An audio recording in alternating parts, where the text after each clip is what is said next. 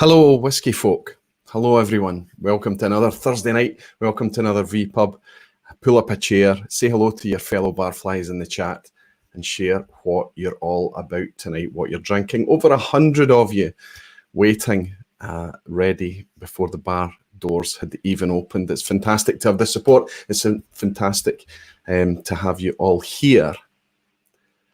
I think we've got a really good thing going here. This community, it just gets better and better and better. And the more I get opportunities to meet you out there in the real world, the more I'm reassured of that. So everybody that's in the chat tonight, reach out to the folk that you've met, reach out to the folk that you've yet to meet, say hello, tell them where you are, and tell them what you're sipping. If you're a shy barfly and you're sitting in the background having a wee quiet dram, that's okay too. But it'd be nice just to kind of say hello and let us know that you're there. It's been a fabulous but a dizzy few weeks. It's difficult to even summarize everything that I've been getting up to over the last few weeks. There's just been so much happening. So I guess I need to start tonight with a wee bit of an apology. It's been 3 weeks since my last live stream. There was a fantastic stream that we did together at the end of October. A huge thanks goes out to the gracious Gordon Dundas for the time that he spent with us on that live stream. And the feedback I've had from that has been overwhelmingly positive. Here we had somebody come in from the industry purely from the perspective of sharing as much education as he could. A fellow barfly, somebody that actually participates and watches these live streams as well. And everybody just loved that input, that insight, somebody from the industry talking about sherry casks. If you've not caught that live stream, go back and have a wee look at it.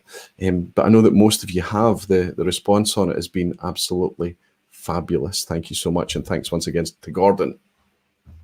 That was 3 weeks ago. I did consider trying to squeeze a live stream in at Halloween, but it was just too difficult. You can imagine with 3 young kids all dressed up and going around getting filled up with sugar on Halloween's night. So that was tricky, and in the end I decided just to put it off and give myself a bit of a break. There was just so much happening outside as well, and whiskey events and things like that.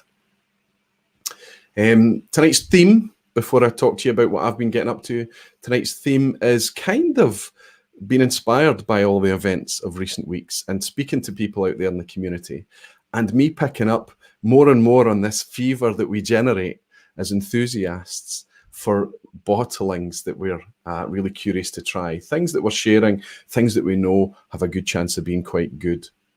And I think often what happens is that we get quite excited about the chase rather than the whiskey. We want to land that bottle. We want to have the next experience. We want to have the next characterful whiskey. And I wonder sometimes, is it a wee bit too much? For me, speaking personally, it's too much. It's honestly too much. Which is why I'm trying more and more to share more. But of course, if I am an effective evangelist and I share well, I generate more interest and more curiosity. And my friends and the people that I share with, you guys end up going out and generating little collections and end up chasing your own bottles as well. So I kind of want to talk to that. I'll try and get some interaction going a wee bit later on in the stream to figure out how you guys feel about all of that. I've had some comments in already on Patreon, and I'll maybe read out a couple of those and just kind of talk about that phenomenon, that concept of just kind of constantly chasing the next epiphany, the next characterful whiskey, the next really good bottle, and maybe come up with a suggestion or two about what we can do to just kind of continue the enthusiasm for it all, continue the fun of it all, but just try and put in a little bit of balance again. Let's jump in and welcome some of you guys. Wonderful to see so many of you in. I'll try and say hello to as many of you as I can, and then I'll let you know what I've been getting up to the last few weeks, because it's been a hell of a lot of fun. Let's try and work backwards here. I just looked up and I see my friend Welsh Toro in as well. Good to see you, my friend. Good to welcome you in. Donald Rance, as always, wonderful to have your support. Wonderful to see you here again. Christine Daisy, wonderful to have you, Christine. How are things out in Oregon? Wonderful to welcome you in again and waving to your fellow barflies. George O'Brien, my friend. Good to see you, George. Greg over in France. Eric Waite over in California. Wonderful, Eric. Scott Kilted Moose, I'll be talking about you in a wee minute, my friend. Great to have your support last weekend. Andy Ardbaggy couldn't make it up for the festival weekend, but I did get a chance to hang out or just briefly go over and say hello to Andy. He was up having a whiskey weekend with some friends, and I got to meet him when he was up. Andy, great to welcome you in again. The Rock Gut Reviews here. Good to see you, my friend. Wonderful to welcome you in alongside Dwayne Large, who hopefully by now, Dwayne, you're just about getting over the high and the adrenaline of your 3 weeks in Scotland, your Pete pilgrimage again, and hopefully getting over that jet lag. I hope you're settled in and comfortable at home, Dwayne. Wonderful to see you and welcome you in Scotland again. Rolf was also here as well. Ebhead, wonderful to have you and your company over the weekend, Rolf. It's always a pleasure, always great fun. Vin, my friend, No Nonsense Whiskies, and it looks like he's running shotgun for me tonight. He might be my moderator, and if he's able to stay late enough and you're struggling to get my attention, Vin might be able to help you. And I'll pull up a direct message here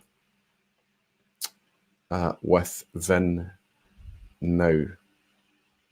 So Vin, hopefully you have the ability to get any messages that I'm missing. There you go. I've just sent you a quick message, Vin. Any messages that I'm missing, send it across to me and let me know. Good to have you, buddy. Cresimir is in.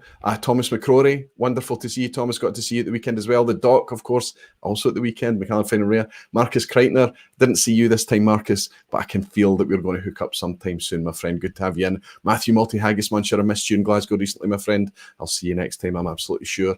Emery McGill, Mose Chun, Jimmy Jazz, superb. The Mash and Drum, wonderful to have you in, Jason. How are you keeping? Hope you're doing very well. I got to hang out with you just a few weeks ago in Texas. My friend Neil Cochran, also saw him at the weekend. Wonderful stuff. Richard Hall, Jason Unsworth, Peter Eichen, Graham Young, Whiskey Radar, Sid Martin, of course, you were there as well at the weekend, Sid. Kilco Brian, wonderful to have you in, Brian. Luna Aaron over in Germany. Jay Chung, you star, got to hang out with you recently as well. Just you're picking up on a theme here. There's more and more connections being made all the time, not just directly with me, but you guys hooking up amongst yourselves. Hi, laddie. Fantastic to have you in, Rombout. Always nice to see you in here. Barton Holling is in. Roy, what's that dram pairing with Halloween candy? What was your dram pairing with Halloween candy? Do you know, I brought my friend from around the corner, Roberto, was over. He's got some kids similar age to mine. And after the kids came back, we came back here and we had a few drams together. It wasn't too many, but I can't honestly say what we shared. That was a lot of drams ago, Barton. Good to welcome you in. Menno's Multi-Mission, good to have you, Menno. How are you? Ander Garcia, good to have you, Ander. Fantastic. Is that a new name? Ander, I'm not sure. He's speaking to me in Spanish. He's saying estamos cerca, so we are close. He is saying, good to welcome you in, my friend. Who else do we have? Toby, wonderful malt minion. Jimmy Legg. Tabitha Adams, good to have you, Tabitha. And Antonio C. Also speaking in Spanish to Ander Garcia, he sent, estoy en Dinamarca. So he is saying that currently he's in Dinamarca, wherever that is. I hope it's fun where you are, Antonio, and it's nice to welcome you in here. So listen, everyone, can I tell you just how crazy it's been recently before I get onto the theme tonight? The last time I spoke to you was immediately after a family holiday, which was immediately after the trip to Texas, which was amazing. As you can see, I've still got a lot of bottles and things and samples and gifts from that trip over in Texas. The dram I'm actually starting off tonight with was also a gift. This was a bottle given to me by my friend Eric Evanson out in the US. Now, he brought along a bottle to gift to me, but I was already at the point of saturation. The bottles that I'd already prearranged to collect, bringing back coins and things like that. The luggage was already oversubscribed, let's say. So it started to become difficult, and I suggested to Eric, would it be okay if I opened the bottle while I was there at La Quinta Hotel and share it with all the folk that had turned up for the open bottle share? And he seemed to be quite happy with that, but not without going off and pouring me a generous bottle to take home with me. Now, this is a bottle that quite a few folks over there were talking about. It's a Costco bottling, a Kirkland bottling, an undisclosed Speyside distillery, 20 years old, and at 46%. And I have to say, I can understand why people are excited about this. The weight on this is huge. It's got a really kind of, not quite as far as Mortlach, but maybe kind of like a really good heavy Macallan or a nice Benrinnes weight to it. It's got a nice richness to it. It's got lots of fruit. There's lots of confectionery and cooked fruits, those kind of flavors. And it's got a nice oily texture as well. So I'd like to say thank you very much to Eric for his gift. It was wonderful to share it with everyone out there. I know I had a dram while I was out there with a fairly spent palate, but I'm really enjoying this tonight, Eric. Sláinte, my friend, and thank you for your generous gift. Talking of generous gifts, my friend Eric Waite over in California has just dropped in a wee dram to say, cheers, Royce. Holidays soon upon us. Great time for celebrating whiskey. Celebrating with whiskey. Absolutely, Eric. Last year in December, I managed to do a live stream every week just as a kind of December kind of celebration. I'm gonna float that with my patrons in the next kind of patron only stream just to see how they feel. Did they get any value out of that? Did they feel it was too many live streams, doing a weekly live stream for December? And if they give me the thumbs up, then I'll go off and try and negotiate with my wife to see how she feels about it. Eric, thank you very much for your dram and sláinte, my friend.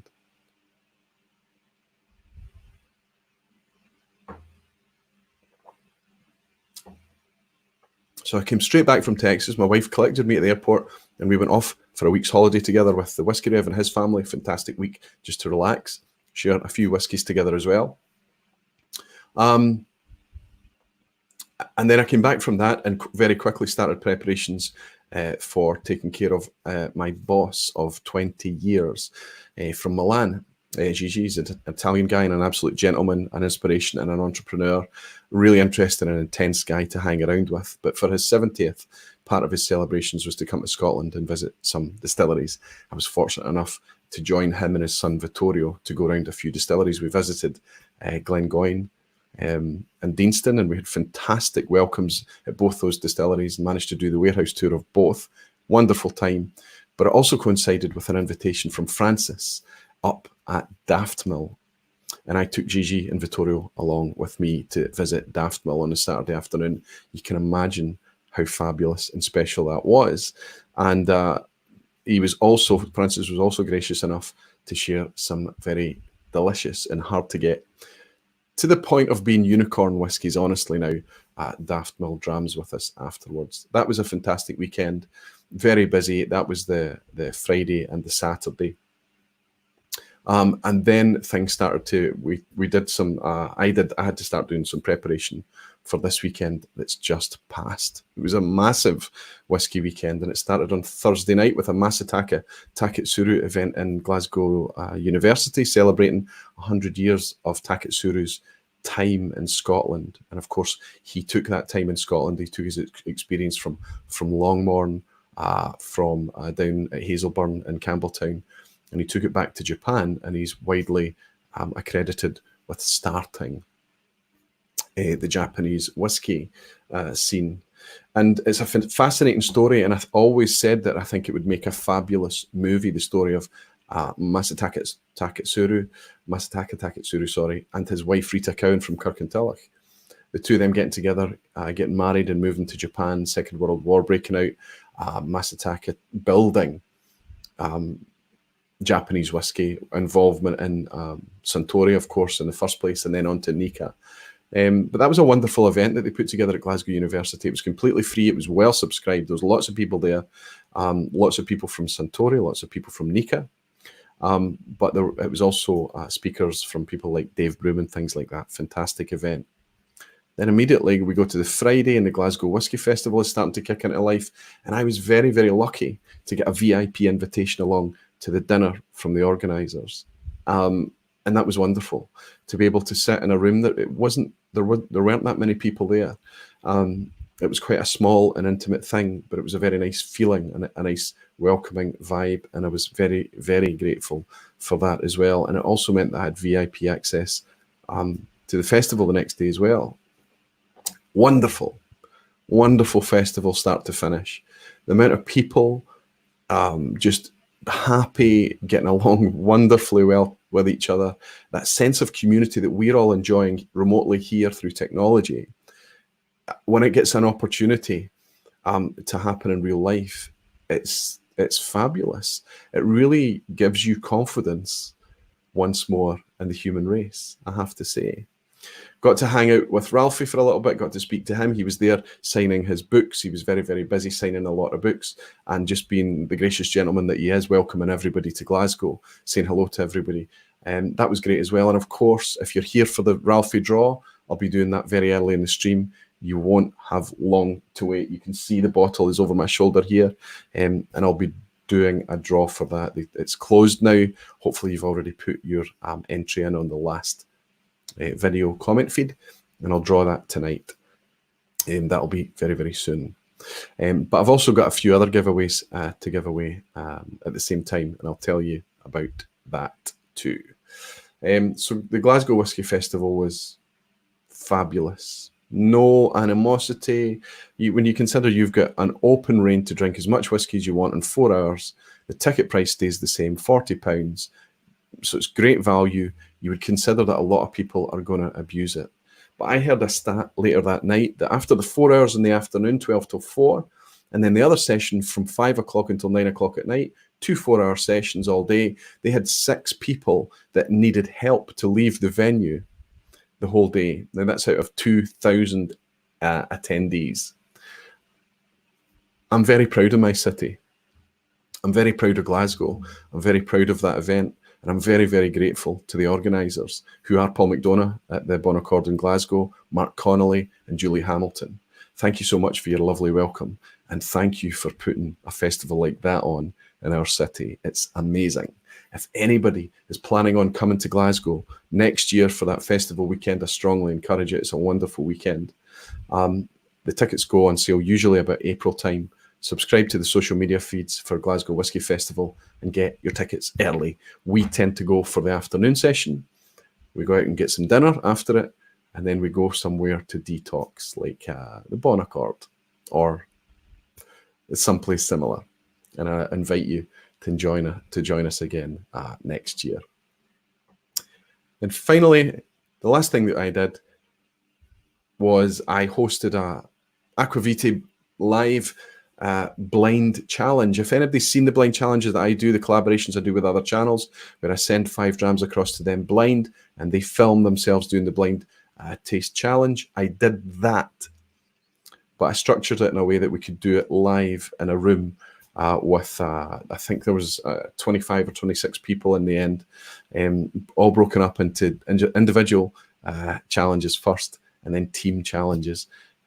Just a great, great day. And after the blind challenge was over, I think it went down very, very well. After that was over, we just had an open bottle sharing event. We had permission to use the room until about 6:30, and I think we took it up till about 8:30. We checked that it was okay first. We didn't step on anyone's toes. Everything was fine. But it's just an idea of how much we were enjoying it. And it was a great, great day. And I have to say, I'd be excited to do that structured event again. It was good fun. My friend Malt Monk, now I recognize this name. Somebody told me recently that their pseudonym had been changed to Malt Monk, and I've forgotten who it was. I apologize. He bought me a virtual dram and he said, "Thanks for your hospitality, Roy." A great whiskey folk weekend and a great Aquavitae blind challenge. Slant your friends. Justin, it's Justin Adams, of course, I know who it is. Justin, you came up and joined us, and you scored 10 out of 10 on the blind challenge. Very well done, Justin. Slant you, my friend, and thank you for your dram. So I've had a virtual detox since Sunday afternoon, since Sunday evening. Hardly touched a whiskey, but late last night, I was preparing and doing some other things, and I wound down a little bit with a Springbank local barley, and absolutely loved it. It's a wonderful dram. Last year's, I still haven't picked up this year's. I decided that if it wasn't for me, I wouldn't get one and I wouldn't need to pay for one. I tried to get one. I turned up first in line, second in line, third in line, I think, at the Whisky Festival retailer. Good Spirits Company had a stall there, and they had none left. But I did get a phone call, an email actually from them more recently to say that they've got one. I had my name on a list, and they've got one that they're able to give to me. So I've got a Springbank Local Barley there waiting, the new 10-year-old one from this year. The one I had last night was a 9-year-old. It was amazing. Anyway, a lot of monologuing from me so far. Let's see what you guys are saying. Virtual detox, Barton is saying, is that a thing? When I say virtual detox, I don't mean it was virtual. I mean, I almost managed a detox. I fully intended not to have any whiskey up until this evening with you guys. But I was just in the mood last night, just to wind down a wee bit. And I had one last night. And Welsh Toro is saying, virtual detox is the only kind he does. Yes, I understand you completely, Welsh. Ephead is saying the new Local Barley 10 was good. Unfortunately, it's going to be one of those bottles that it's going to be difficult for a lot of people to get a hold of. Malcolm Douglas, I'm thinking about you. There's a sample coming to you, my friend, if you want to claim it. Okay, let's see. As usual, I don't seem to see many anything lit up orange tonight. Have they changed it? Is nobody saying at Aquavite? So if anybody's trying to get my attention, use the at symbol or just type Aquavite. It seems to be quite good at highlighting it, and I'll try and pick up your comments from the stream. So if you watched the live stream 3 weeks ago, the Sherry Cask one, I talked about Ralphie's 10 years. I talked about the fact that one of the bottles he'd released was the 4-year-old Ben Nevis in collaboration with the Good Spirits Company. So I felt that that was a perfectly fitting bottle to celebrate my channel managing to break 10,000 subscribers. And I felt that it was nice to also kind of celebrate Ralphie's 10 years on YouTube sharing whiskey. So I have that bottle to give away. As I showed it to you last time, it says to celebrate 10,000 subscribers, Aquavite from Ralphie.com, September 19. And this is the bottle with this message written on it, the one that I'm going to give away. But I also have another bottle that's just signed to Maltmate Roy from Ralphie.com. And this is the one I'm going to open with you just now. And the reason that I'm uncorking this is because I have actually tasted this. I know what I think about this whiskey. I remember it being very interesting, very good, very different from what you expect from Ben Nevis. But the reason I want to open this is because I want to give away some samples of my open bottle as well to those who perhaps are not going to be successful winning the full bottle. Nice clean pop. Now this is heavily peated Ben Nevis. So we're used to having peat in Ben Nevis. But you're not used to having this amount of peat, believe me.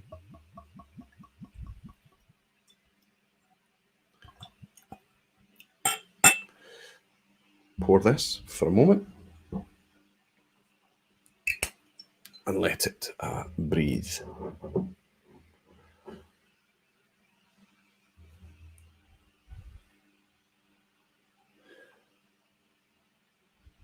Very peaty, very sweet. Lots of sugars coming already. Fantastic. And I'm going to cap it with this. A lot of you have been asking about this, and a few of you will have seen these already out there on social media. I just released these to patrons first. If you have bought a coin before, don't worry. Your coin is locked in, your number is locked in, at least until the end of the year. You've got lots of time to buy your number, there's no rush. If you're buying a coin for the first time, numbers 500 through 750, with a few of the obvious ones already claimed, are available. So there are new coins available. This new coin celebrates the recycled reviews. So I'm going to just hold that up and hope that it focuses on it. I don't know how well it's showing tonight, but it's purple, and it's purple to and a nod to the purple recycling bin, the glass bin. And on the back, you can see an illustration of that very bin. Down at the bottom, you'll see the bottles being ready to be flipped and recycled. And you see a little quote there: a whiskey sample is a date, a bottle is a relationship. These coins are available now. It's the most coins I've ever bought, so hopefully they'll last a wee bit longer for you this time. And I need to apologise, the online store is still not up and running. I've got some problems with the site certification. It's getting fixed just now. So you need to email me, whisky@aquavitae.com, the normal email address, and I'll get you sorted out with your coins. Happy to take your emails and speak to you directly there. But I'm very happy with them, and they seem to have gone down quite well. So I'll pop that on top of this wee Ben Nevis. And let's see what kind of engagement we can find in a 4-year-old Scotch whisky. I've had a Dram in from Jules. Jules and Stuart came across to the event on Sunday as well, and she's saying, thanks for a great event on Sunday, Roy. Jules, thank you so much for your Dram. And thank you for attending, you and Stuart. I hope you had a nice time. Jules was driving, but she took some sample bottles away with her. If you'd taken sample bottles to that event, you'd have done very, very well, because the open bottles that were on the bar for sharing afterwards were fabulous. Malt Review Jason is saying Sunday it was good fun. Can I talk about that? I had kind of imagined it being a solo event, and I'd kind of organised everything. I'd set everything up in advance, and I didn't think it was going to be that difficult to set up. But in the end, I had support from Kilted Moose Scott, wonderful. Sevi the Alchemist, amazing. And Jason from Malt Review came through from the east of the country as well. And the three of them came in and helped me set up that room. They captained tables, they participated fully. And then afterwards, they went behind the bar and they served everybody with whatever drams they wanted from the open bottles.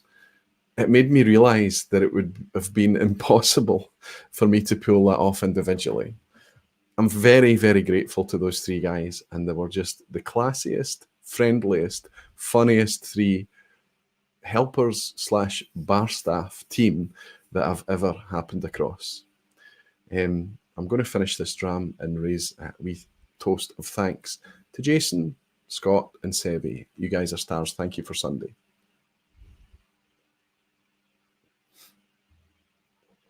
Simon Ray's sent a wee Dram and said, Roy, it was great to meet you and all the other barflies at the weekend. Thoroughly enjoyed Saturday, but topped off brilliantly on Sunday. Yeah, the festival was already a cracking day. To have that extra event, that kind of more intimate thing happening on the Sunday, just made the weekend even better. It was wonderful. And it was great to welcome you, Simon, as well. An absolute gentleman and a treat to have at our event. Thank you, my friend.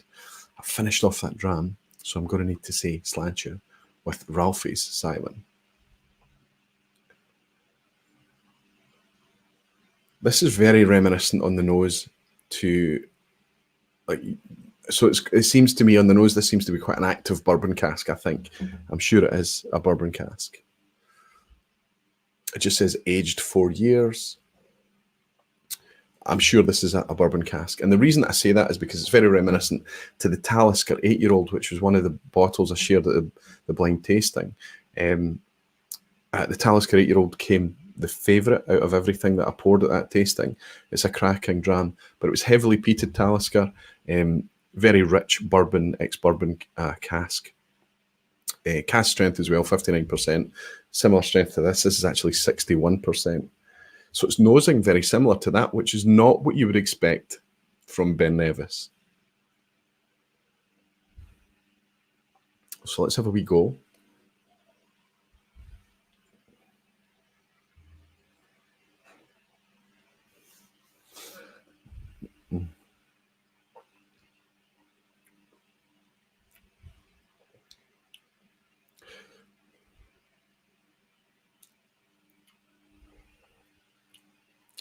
kept mentioning how the temptation is there to say, wow, this is amazing for a 4-year-old whiskey.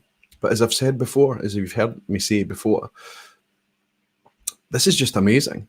The fact that you don't need to use the qualifier, it's amazing for a young whiskey. This is just a very, very good whiskey, full stop. I'm not saying that because it's from a Good Spirits company. I'm not saying that because it's a Ralphie bottling. I'm saying it because it's a fantastic choice.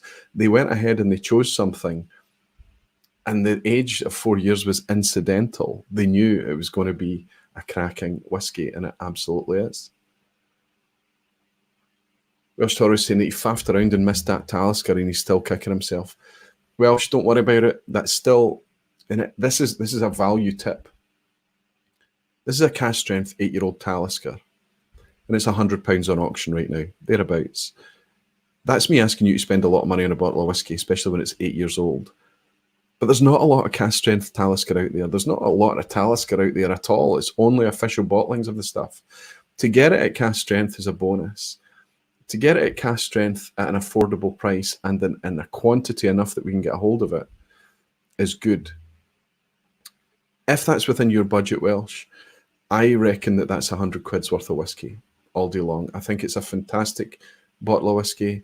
I'm not trying to drive prices up. I'm not trying to drive people off, especially given the theme tonight. I'm just suggesting that it's not out of reach yet, Welsh. I would offer you some sample, but I think that bottle is fully drained from the tasting at the weekend. This Ralphie Ben Nevis is very similar, honestly.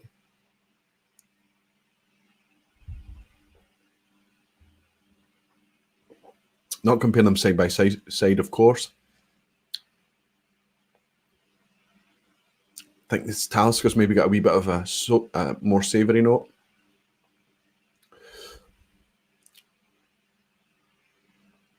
But just going from memory, this is cracking. This is wonderful stuff. Anyway, let's figure out who's won a bottle. Are you up for the draw? There's over 200 of you watching just now. So if you're in for the draw, let's get that done now. Okay. So I have 300, scroll down, 363. There's 363 entries for this. I should mention I've got a new setup tonight as well. So if you see me glancing off here, it's just where I'm used to looking to the camera. I bought a new rig earlier this week, and I'm just still getting used to it, but it's working very, very well. The only reason I was able to afford a rig was because of the support I get from all you magnificent patrons as well. I know I've thanked you privately, but I want to thank you publicly as well. I really, it's almost shocking to me that these kind of things can happen, that people can encourage me to continue to share whiskey by funding me, by giving me monthly donations. And what it's meant is that my 5-year-old MacBook that stopped working properly, so the technical problems that we've witnessed on live streams, and the huge problems I've had trying to edit video recently was because of quite a well-aged machine that was running out of puff a wee bit. So I've been able to remedy that. And just this week on Wednesday, Tuesday and Wednesday this week, I was able to reconfigure a new machine, and everything I'm asking it to do is doing very, very well. Fingers crossed that continues, right? Because that means new videos. Thank you, patrons. Thank you so much. Anyway, let's do a screen share here. Let me try and show you all the names.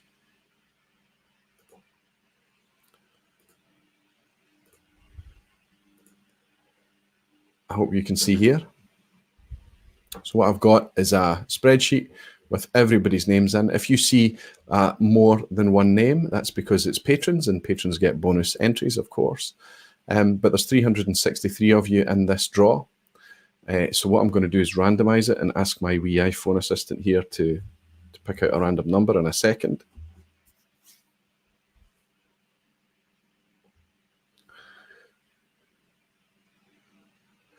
Okay, good. Now, what I will say, just quickly before I go ahead with this, is that you have to be in a country that I can legally ship alcohol to you. You have to be of legal drinking age. And of course,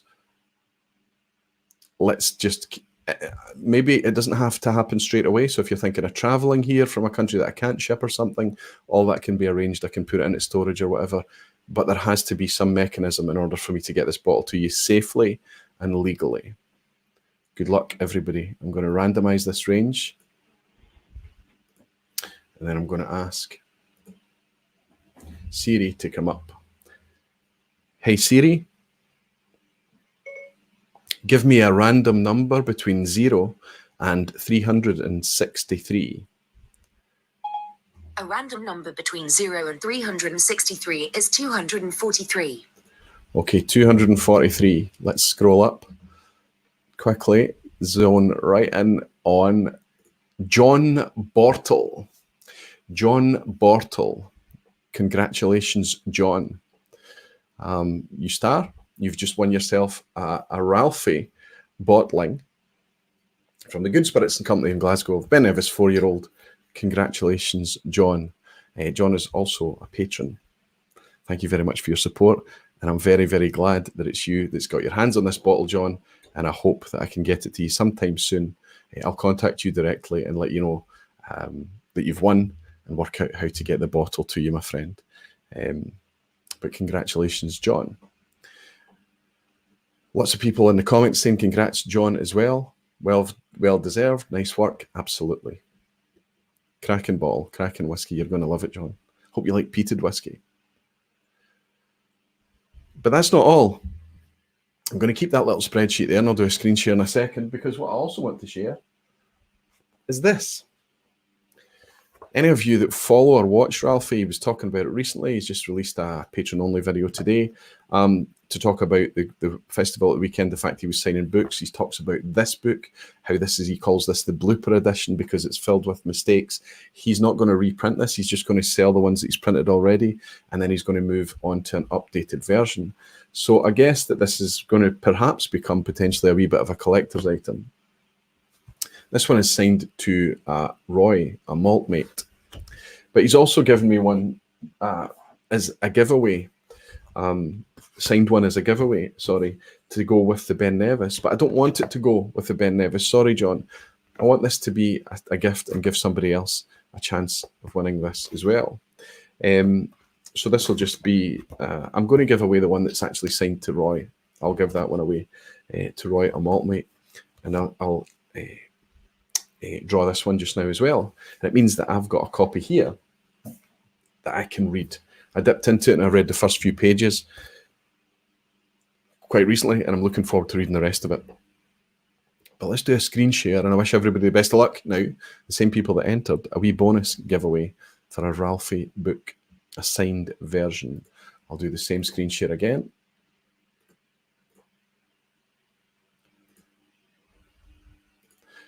I'll randomize the range again.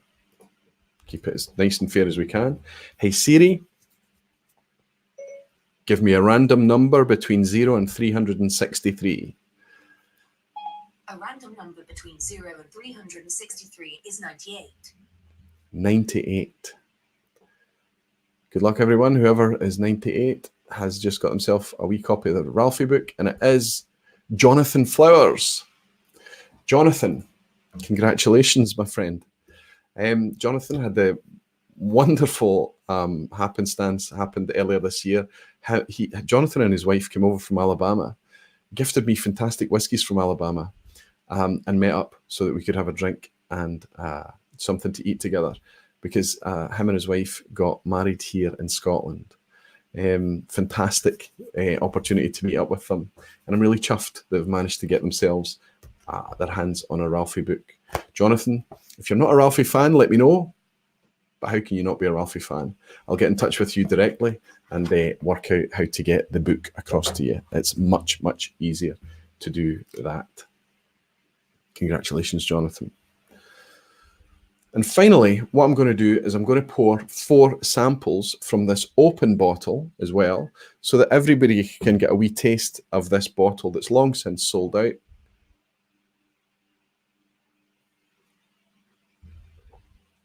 I'm not seeing any comments to me tonight. Can somebody type Aquavite in to see if the orange highlight thing is working? Jemison Mokel is saying everyone should be a Ralphie fan. I totally agree. If we're interested in whiskey and we want to build up our knowledge and understanding, not just expression by expression, but get a depth of understanding to the what whiskey is, what it's all about. Absolutely. Yeah, it's not lighting up orange, and I've got no idea why. Blissful Mr. D, I can see he said at Aquavite, but it's not highlighted. I wonder if it's something with the configuration on my side. I don't know. First live for me. The Ralphie Ben Nevis is a true stunner. Thanks for the heads up on that. I chased it. Bottle chasing. Now, what about that Kalila Bonaccord Ralphie bottle by North Star? Slancher. I think you're talking about this one.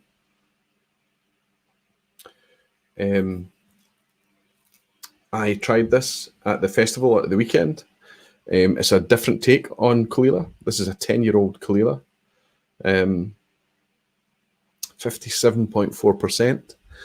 And I decided to pick this one up as well. So this will be getting opened, and I'll find a way to share this with you as well. I've also got the Ralphie Glenallachie. The only one I didn't get my hands on, I'm trying to remember what the fourth one was now. But I picked up most of the ones that I was interested in trying. And in time, as these bottles disappear, I'm going to be quite happy to burst them open, share them, and get some samples out to you folk as well. Yeah, thank you, everybody, for testing the Aquavite thing. But I can tell you that for me, it's not highlighting. Alexandru, sorry, my friend, is saying Aquavite doesn't work at all. It's right. It's bizarre. Maybe they've switched it off tonight. It just means I'm going to have to pay a wee bit more attention to the comments. Rolf was asking North Star question mark. Yeah, I didn't know it was North Star either, but it looks like the right bottle shape for North Star, so probably, perhaps, is. Sam Clark is saying, Aquavite entertainers always keep it on the Ben Nevis theme. Other than a 10-year-old, any suggestions on what to go for? Do you know Ben Nevis earlier this year released I think it's going to be hard to get your hands on now, so on the theme of chasing bottles. It was expensive. I felt it was too expensive, and I backed off and decided not to buy it. And I made a mistake. So the regular Ben Nevis 10-year-old is a fantastic whiskey, really quite a dirty whiskey, not one I would happily and heartily recommend to everyone, but it's wonderful. And then they brought out batch one of their cast strength version of that, and it was a cracking whiskey, really, really quite engaging. But it was £90, £95 thereabout, and I felt it was a bit expensive. I decided not to partake. And every time I tried it after that, I realised I'd made a mistake. Then I happened upon one at retail, more or less retail. I think I paid £100 for it, and I decided just to pick it up and buy it, and I bought it. If you can get that at a reasonable price, if you can offset the cost, if you can share the bottle with someone or something like that, that is a cracking example of Ben Nevis. Really cracking. Outside of that, there are Ben Nevises that you can pick up through independent bottlings, but it's most of the production from Ben Nevis ends up in Japan. Eric is saying, I met Jonathan Flowers and his bride at Stonefield Castle near Campbellton. Very nice couple. I think that was just an incidental meetup that you had. It wasn't arranged. You just bumped into them. And incidentally, both of us had met up, Eric and Jonathan and his wife Zan and I, at different times in that previous week. And then they ended up together at Stonefield Castle. It was very funny. Eric, thanks for your virtual drama, friend. Cheers. Okay, so let's get the giveaways out the way. 4 drams. Giveaway to any of you barflies that entered last week. I'll need to do the screen share again so you can see that it's all above board. Let's get this done as quickly as I can. Share screen. Okay. Let's just randomize it one more time. 4 drams to give away quickly. And then we can go on to the theme for tonight. Hey Siri, give me a random number between 0 and 363.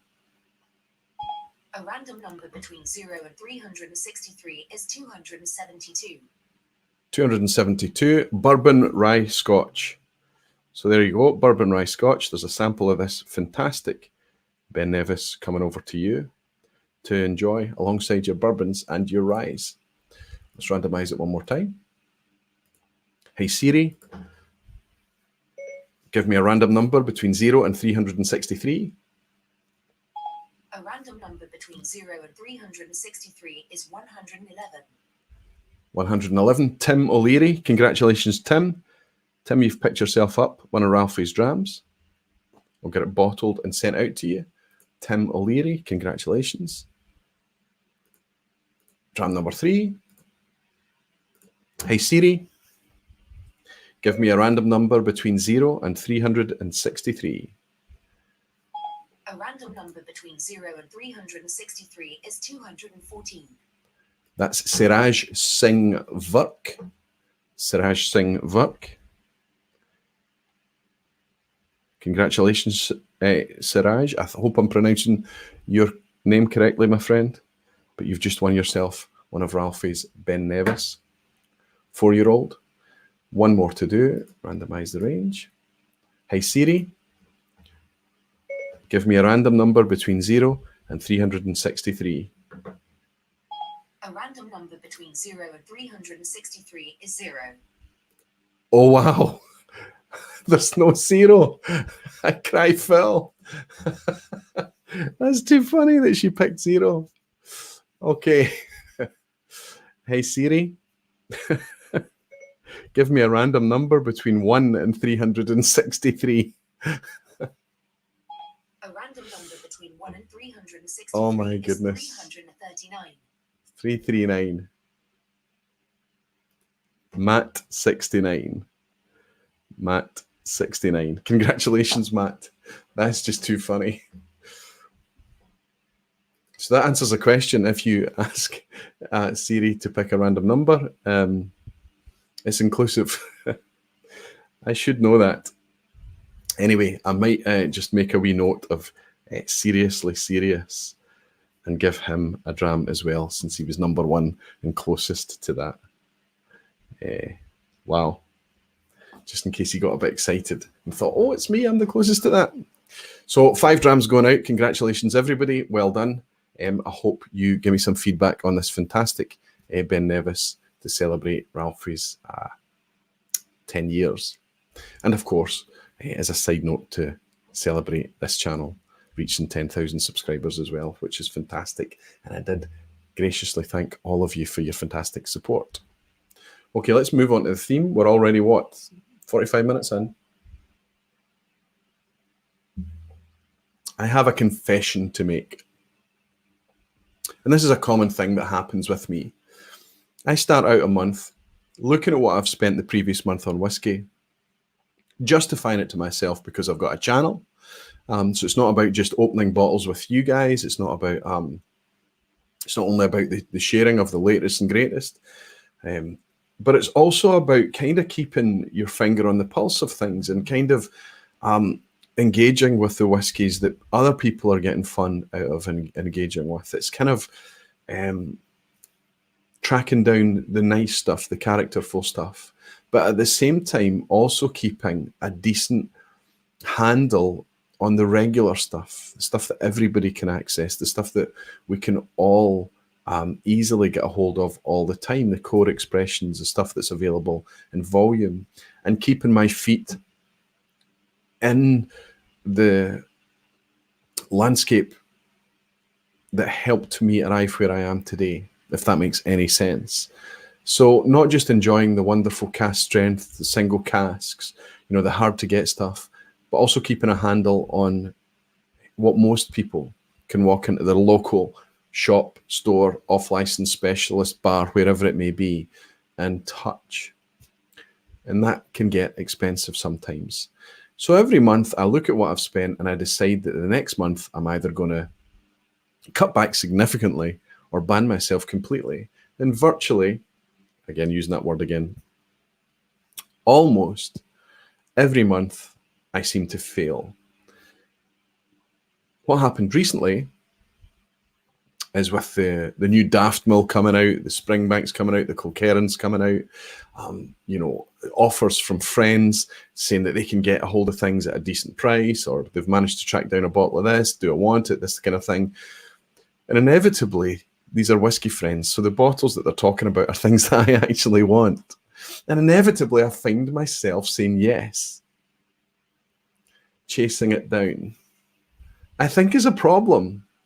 If you remember a stream from a few weeks back, I talked about the glass lock and this thing that we have going on where we start to hoard whiskies and we start to build up collections, but keep the bottles sealed at home. And maybe there's lots of reasons for doing that, and they're not all negative. I'm not saying that at all. I'm not suggesting that any of the behavior I'm going to discuss in the next few minutes is negative behavior. But what I always want to do in my whiskey world is to try to stride someplace close to balance. And I think if the glass lock thing continues to happen, if the collections keep filling up, it's only inevitable before all that flows back into the marketplace again, which is fine for the drinker, as I've said before, but it means that a lot of these whiskies that are being produced, so many of them to pop open and enjoy, are being kept away from the people who want to pop open and enjoy them. Regardless, I don't want to get into that tonight. It's not the same as the glass lock, but that is kind of associated with it. What I'm talking about is chasing bottles, is the drinkers, the enthusiasts, the people who want to share. Those are typically the guys that are chasing those bottles. They've already tried them and they want to track down a bottle for themselves, or they know that it's a good one, so they want to track down a bottle to share. Whatever the reason is, we are constantly chasing bottles. And I got some tremendous feedback when I suggested this as a topic recently. I was inspired because of all the time I've spent recently with so many of you guys, barflies, people out in the community in general, talking about what kind of bottles they're buying, what they're enjoying and things. And there was always a kind of frisson of excitement when we were sharing bottles that we enjoyed, and inevitably drawn us closer to tracking down the next best whiskey experience, the next epiphany moment, the next great whiskey. And I realized that I do it every week. I evangelize to you about all the great whiskies. I recommend whiskies to you. I say that these are good whiskies, whether it's in recycled reviews, whether it's here on a vPub or whatever. I understand that I'm part of the problem.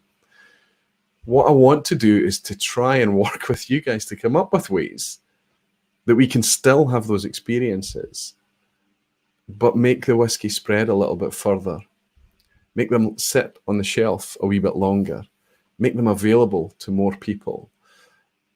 We see what's happening at Daft Mill. It's incredible. I mean, I was fortunate enough to get my hands on a summer release Daft Mill, and I was very, very grateful that I did, because I've got friends, Sevi and Scott, thank you very, very much, who were on it. In the morning, I had a reminder set in my phone. I mean, this is how crazy this behavior is. And this is what I don't like to participate in. I had a reminder set in my phone, an alarm to go off so that I could get on the Berry Brothers and Rudd website and snag myself the latest Daft Mill, because there's no other way of getting it. And it went on sale early. I got the message through from Sevi, from Scott, one of those guys. And I went on straight away, and I was very, very fortunate to get one. I got a message through from somebody else very shortly after, just a few minutes after, to say that they'd been unlucky and it sold out. And that's kind of what's happening just now with so many releases. Springbank has been like that for a long time, just gradually getting worse and worse and worse. But even it's moved on to Kilkerran now, that people are understanding just how good the stuff from Kilkerran is. And I'm going to add, I understand what I'm doing here, but the latest peated Kilkerran and the 8-year-old cask strength are both fabulous whiskies, really, really fantastic whiskies. And I know that by me saying that, it means that there's more people going to be out there chasing them down. But what I want to do is to talk about this for a wee minute, interact with you guys, and try and come up with ways that we can make this whiskey spread a wee bit further for this ever-growing community. I got some comments in here on Patreon, and I want to share them with you because they're quite insightful. Mark Brown, and I feel this guy's pain. He says, interesting timing for your comments about chasing bottles. I've recently decided to forgo all the BTAC lotteries, even although they're fun, even if you don't get one of the allocated bottles. It's interesting, right? So it's the chase here. I also vowed not to buy any more bottles for the rest of the year after seeing that I'd spent 4 times my monthly alcohol budget in October alone. Like I said, I'm feeling your pain. We'll see if I can stick to my pledge. I think I like buying bottles now more than I like drinking most of them. That's very interesting, Mark. It seems to be a lot of it isn't the fun of the chase, that there's a value in just owning something, of just having something. And I think when you experience something that perhaps wasn't worth the chase because you have actually opened and shared it, hopefully that will teach us to back off in the chase a little bit.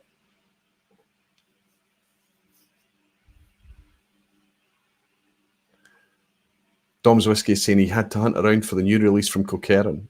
8-year-old. It is Mind a Fab Dram. I did the same last Saturday at 9 AM online, Aquavite. The Coquerin, the new 8-year-old Coquerin, word gets out very, very quickly. I mean, the old 8-year-old Coquerin was great. The last time that they released their heavily peated at a very young age, 3 years old, it was still a very good whiskey. This year's release is a significant step up, in my opinion. Honestly, it's a completely different thing. And at that Alhambra Whiskey Festival, which was just before I went to Texas, I tried both, and one of them was an under the table dram. In fact, I think they both were. And then I got to try them again at the Glasgow Festival at the weekend, and they're just such cracking whiskies. But I know what's going to happen there, and I have to, as part of this community, I have to tell you when I would discover these things. It's difficult because there is a limited amount of bottles. There's a limited amount of money. There's a limited amount of time. And most importantly, there's a limited amount of health. So we have to make it more variety and less quantity.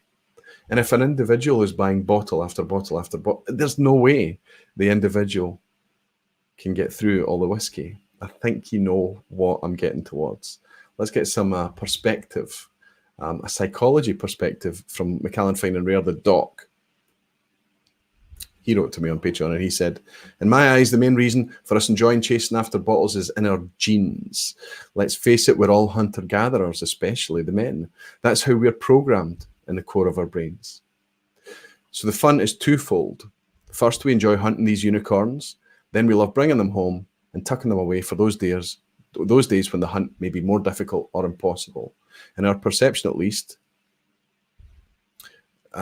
he believes that we are pretty safe to get good quality whiskey in the future.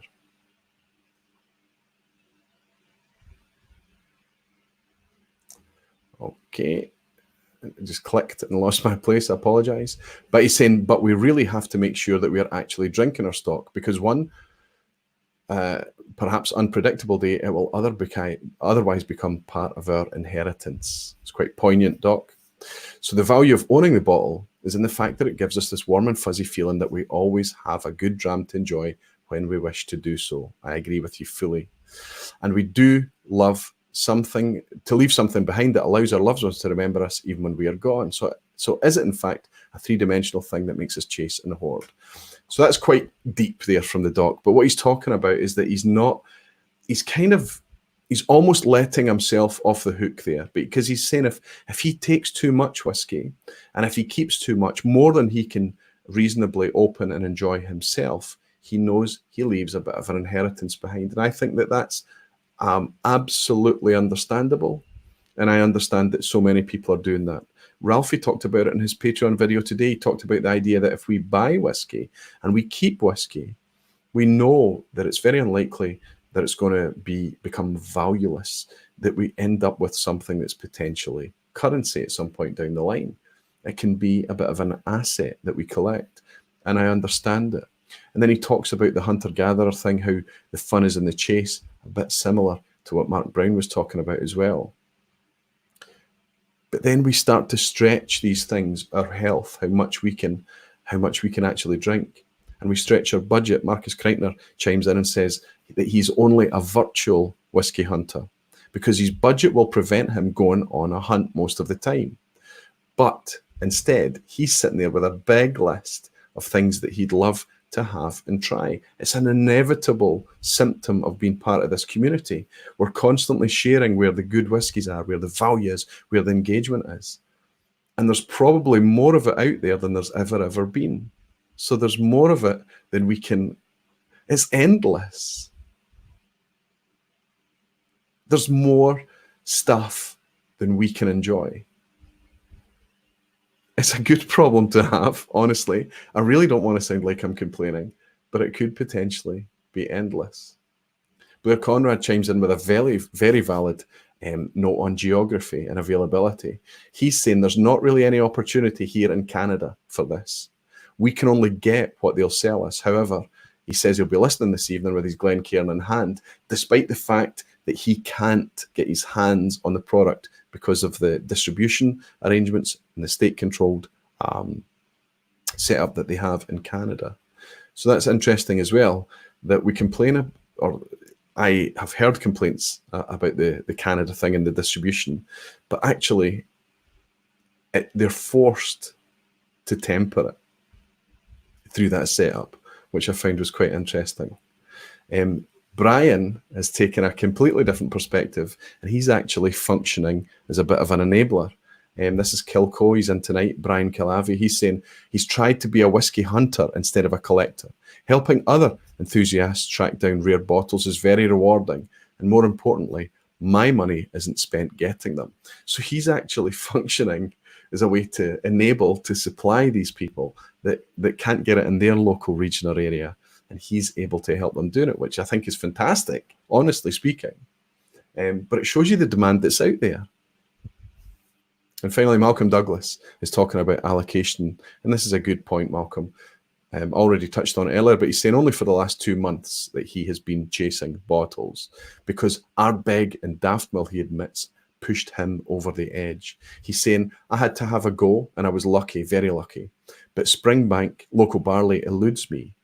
I don't understand why you can have Daftmill with 1,700 plus bottles and be lucky, and yet Springbank local barley with 9,000 plus bottles, you can't get a look in. Other than that, he tries not to get involved. Malcolm, you're very much the same as me. As soon as I detect a rammy, as soon as I detect a scrum or a fight for something, my personality means I immediately want to back off. I don't want to engage in that. I have a feeling that if whiskey's for you, it'll find you. And I have the same philosophy. If I have to fight for something, I'm not really interested in getting it. And certainly I'm not going to pay over the odds. If I have to go to auction and pay over the odds for something, it has to be something that I can't reasonably buy anymore. If it's something that's fresh out of retail and there's a huge premium to be paid at auction for it, that's probably not going to excite or interest me. But what I will say on the allocation side is that, yes, there are 9,000 Springbank local barleys, but that's global distribution. 1,700 bottles of Daftmill is not going to be globally distributed. Daftmill are trying different ways to satisfy that global demand. They're putting a cask in Taiwan, a cask in the States, a cask in Europe, a cask in the UK.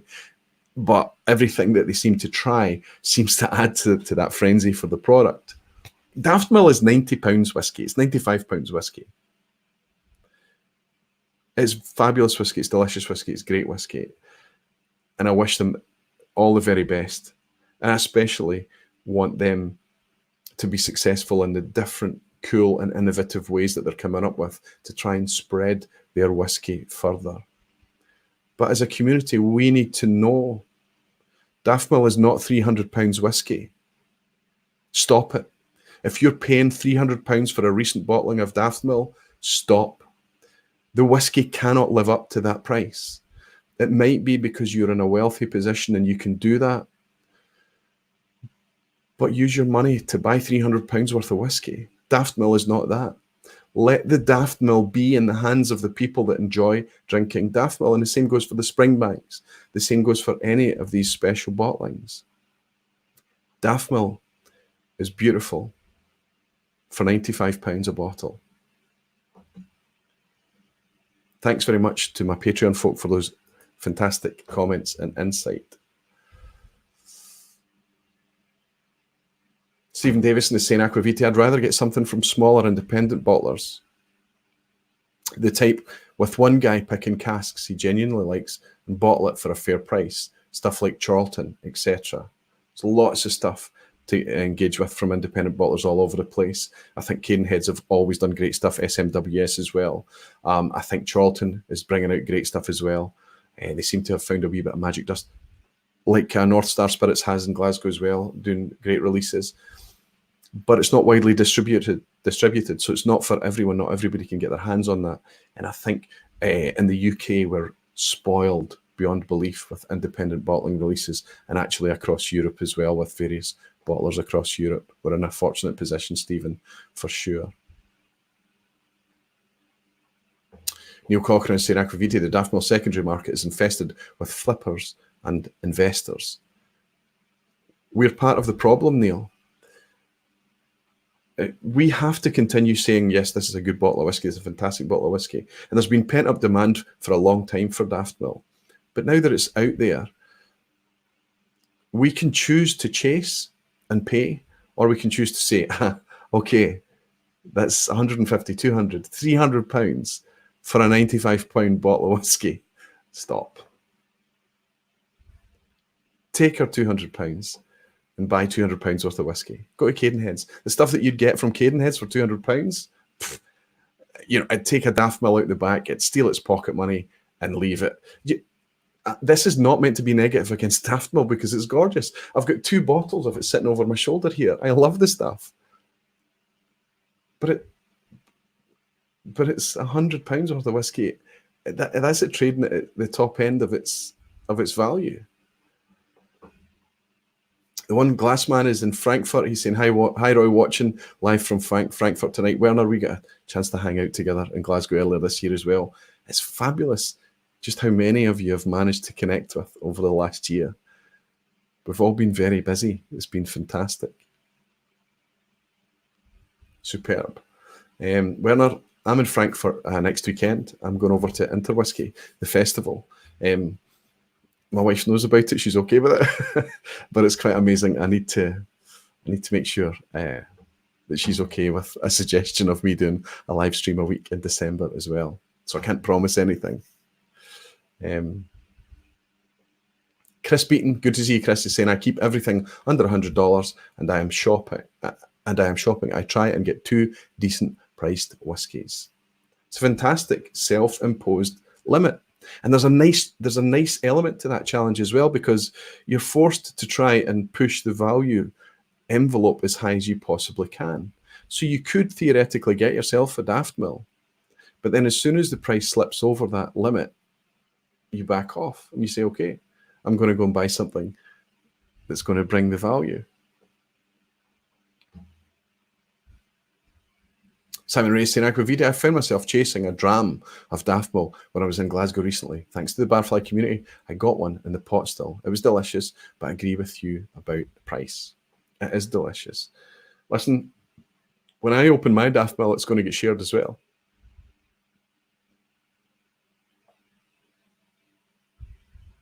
Christina Zarpoli is saying, yeah, we typically chase our begs down, but can't reason trying to chase down a $300 bottle every year from them, especially if I'm cutting down my hours at work. Very sad, but the 19 is not in future. And, it's all a product of, we're part of the problem. We very much are part of the problem, and we need to take a wee bit of responsibility. I need to take some responsibility for it as well. If we're all kind of chasing these things down, but where we can temper it is by setting a limit on what we're willing to spend per bottle. If we know that our close friend is going to buy one of them, say, are you open? Can I contribute? And we can share. Or you can say, you buy that bottle, I'll buy another bottle, and we can swap and we can trade them backwards and forwards.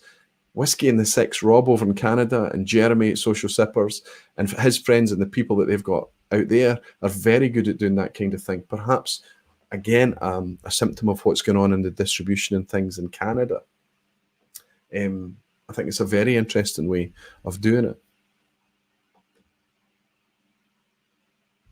Greg's Whiskey Guide is saying, recently I had to ask me the question about a 200 plus bottle I could for once buy for my birthday. but I couldn't do that psychologically. I had to buy 2 or 3 bottles instead for that money.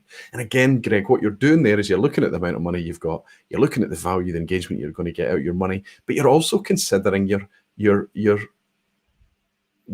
health. 2 and 3 bottles is great if you're going to drink it, but you have to consider your health. Have you got the people around you to share that with? Are you going to have those 2 or 3 bottles? Are you going to open them and drink them yourself? For me, it's so much about drinking moderately. And I know that I've just come from a festival weekend where we all had far too much and our palates were exhausted and tired. By the way, I can honestly say that I didn't witness anybody that was out of order or drunk or anything. I'm not talking about that, but I'm talking at the point that there's only so much that you can drink and enjoy versus just drink, and then it becomes not memorable as well.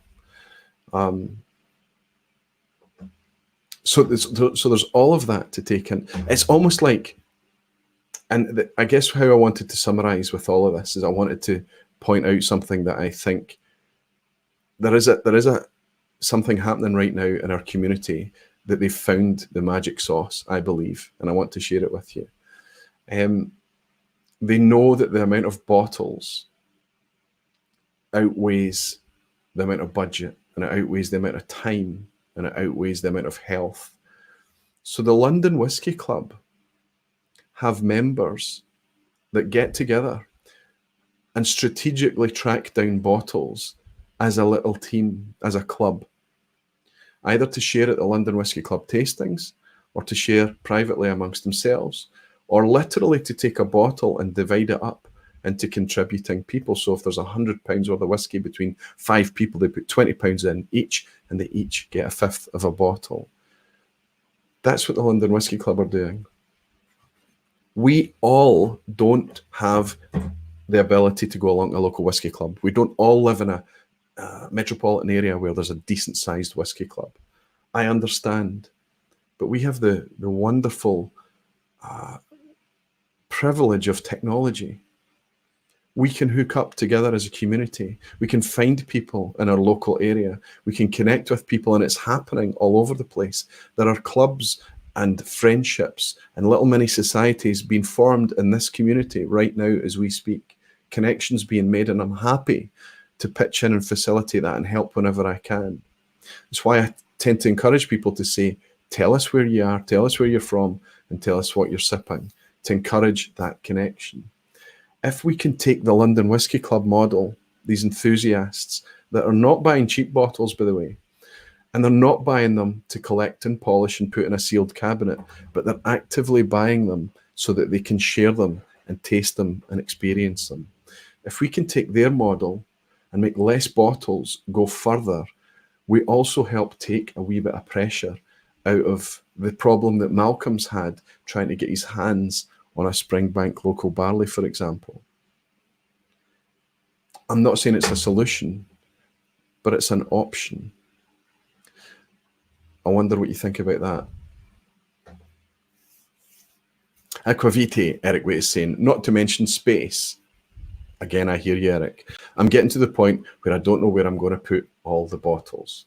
Absolutely. Skippy Van Pub is saying, Aquavite, I wish I had a friends around here that loved whiskey. I would totally share a bottle with them, but none of my friends like Scotch or bourbon.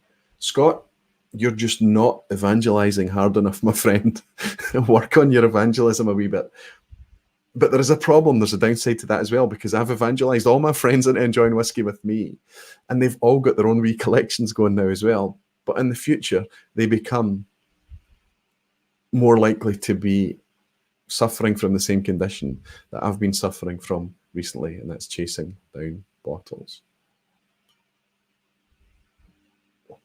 I'm going to open another wee sample from all the amazing gifts I've had from all of these events in recent times. What will I open? Let's reach out and grab this one. I need to share this with you though. This is fabulous. This is from Peathead. Can you see this? This is a perfect wooden Glencairn. Handmade, signed on the bottom, and a gift to me. Let's see if the message in it is okay to share with you. Hi Roy, as a token of appreciation for the Ardbeg 19-year-old, so I sent him a sample of the Ardbeg Trevan. And running the vPub, I hereby do not send you a virtual dram, but just a small gift I've made from hardwood. I finished it with food save oil. That should mean you can use it. I don't know how the oil would react to alcohol. Therefore, I may be just seen as a non-usable gift anyway. Slancheva, Peathead. Peathead, I may never drink whiskey out of this, but I will marvel at its beauty and the time it must have gone into making this perfect, I mean, size perfect little thing. And it smells fabulous as well. Peathead, thank you so much. I'm going to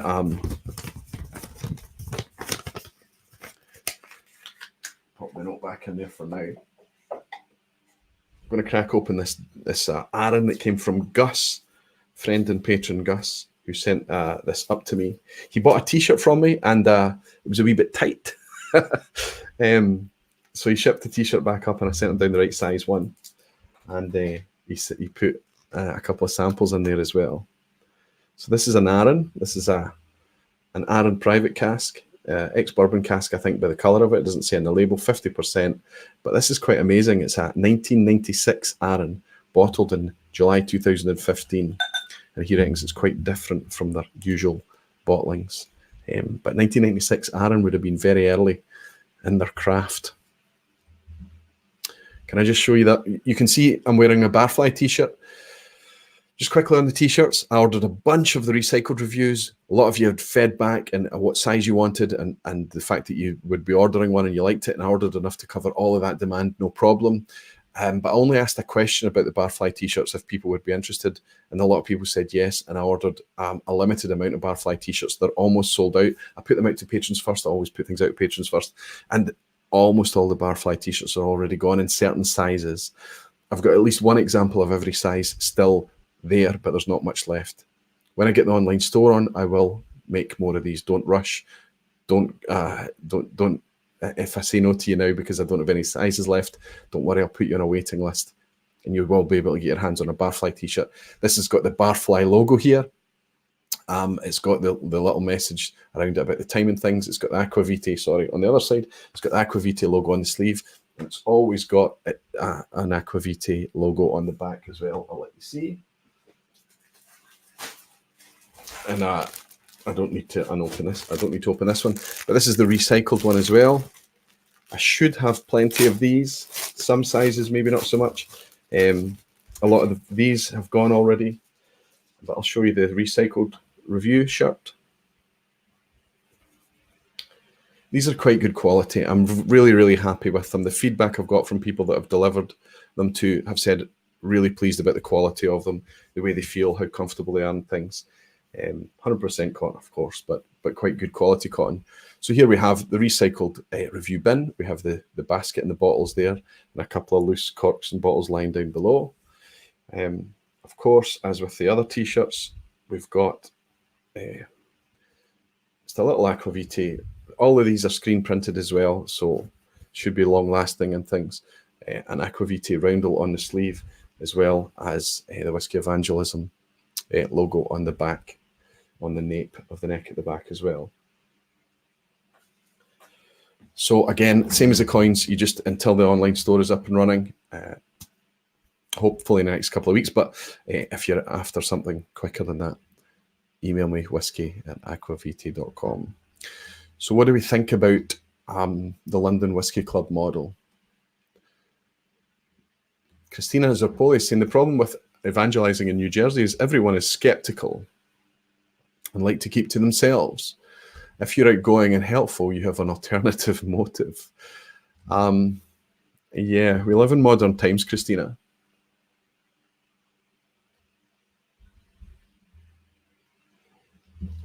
And people are, oh, that's quite nice. Wow, 50%. Tastes hotter and spicier than that, but it's very fresh and bright. I bet you that'll do fabulously with a wee bit of water in it.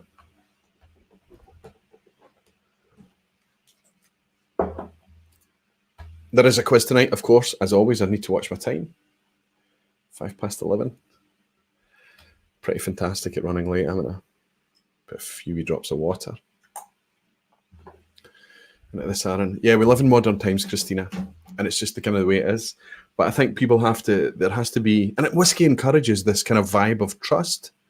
Say, you know, you have to have, if somebody is not interested, then they're just not interested. But if they're curious, if they're whiskey curious, if they're just kind of ever so slightly open-minded, if there's a sliver of light coming out, ever so slightly, ever so gently, ask them for a little bit of time. Talk to them about what they enjoy drinking, what they do like, and try to find something. ABV is the biggest enemy. Keep the ABV as low as you possibly can. It's very unlikely they're going to be used to drinking high ABV spirits, even if they're whiskey curious. Keep the ABV low, encourage them to use water for dilution, to open up flavors and things, of course, as well. But keep the ABV low and just lead them very gently and carefully. There's only one friend of mine that I failed with, and I just don't think he's ever going to be interested in sipping whiskey. Spiritworks Thomas in Agua Vitae just got in, conforming to the theme by having a new Kilkerran PIP, 8-year-old cask strength, and Springer local barley all lined up. We were talking about those very whiskies, Tom. And I think it's that time of year that there's lots of those expressions coming out right now, and there is an air of chasing bottles right now. Thomas Elmer, good to see you, Thomas, saying Aqua Vitae, the Whiskey Club, is a great model. I just wish we could do it more borderlessly by sending it where and when we want. Of course, there's legislation there, but if we're sending small sample bottles, I'm not suggesting that that's legal. If you keep it small and it gets lost or it gets confiscated, you know, it depends on where you are. It depends on the legislation that you're up against. And I'm not encouraging people to do illegal things, of course. But even if the whiskey gets lost, keep it small. It's happening just now. The Dram It Forward pack that I put out there, I'm hoping is sometime in the near future going to make its way back to me.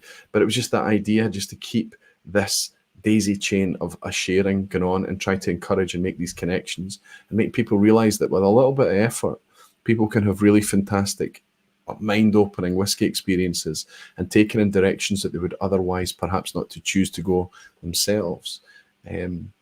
So yeah, it can be difficult to get together locally, but like I say, the more and more people that connect with this channel, that connect with me, if there's any way I can help them. For instance, like I've just suggested that in San Francisco Bay Area, a club needs to start pretty soon. You've got Eric out there, you've got Phil and Deepa, you've got Jay out there. Recently, a couple of people have got in touch with me asking about specific activity going on in that area. But we live in modern times of technology that all could theoretically become easier, like Meetup and apps like that, where people can hook up. And if it doesn't exist, make it and publicize it in your local area. Whiskey Jason is in. Good to see you, Whiskey, my friend. Good to see you, Jason, my friend, over there in Germany. Wonder if I'll see you at Frankfurt in a week or so's time. Looking for my name. Donald Francis in Aqua Vitae, shipping into Canada. A crapshoot at best. Honestly, yes, it is, Donald. We had that exact problem, you and I, recently, where we did a wee experiment and it did get inspected. Listen, we know what it's like. We know what we're up against there. It can be difficult, but where there's a will. Scott Kilted Moose is saying Aqua Vitae, the bottle share on Sunday was a great example of sharing bottles that few of us can get hold of. We need to do more of those events as well. Scott, that was amazing because, you know, the structured event was just a kind of reason to all get together, the blind tasting thing, to have a bit of fun and structure first. But we all know that the big fun came at the end, when it was just being able to talk to people, being able to connect, being able to enthuse about whiskies, be able to get excited about the things that excite us. And that's why we stayed. We overstayed our welcome, honestly, is because it was such great fun. And the whiskies that we were sharing, honestly, it'd be impossible to buy those whiskies, the majority of them. I brought a couple of Texas bottles over. I brought over an Iron Root. You can't buy that here. I took an Eleanor. We opened a Whiskey Tribe, a Crowded Barrel company, Eleanor. But there were lots of independent bottlings. There were lots of special editions. If you get a chance to go on Instagram or any of the social media feeds, go on there and you can see the type of whiskey that we were sharing at that event. It was amazing. Talking about social media feeds, if you're a barfly, there is a Facebook group called Aquavitae Barflies. And the reason for that Facebook group is for one specific purpose only, and that's to talk about events when we can get together in the real world. We're not going to use it as here's my new whiskey, here's my latest purchase, here's my whatever. It's to talk about getting together. It's to talk about when there are events available, regardless of where you are or live in the world, whether it's coming to Glasgow for something or elsewhere in Europe. You can join the Aquavitae Barflies. Now, right now, it's an open group. There's no questions or anything. You just need to get approval. But if you search Facebook for Aquavitae Barflies, what I need to do is get some administration, some moderation and things going on that group. It's very small just now. There's less than 100 people in there. But join that group.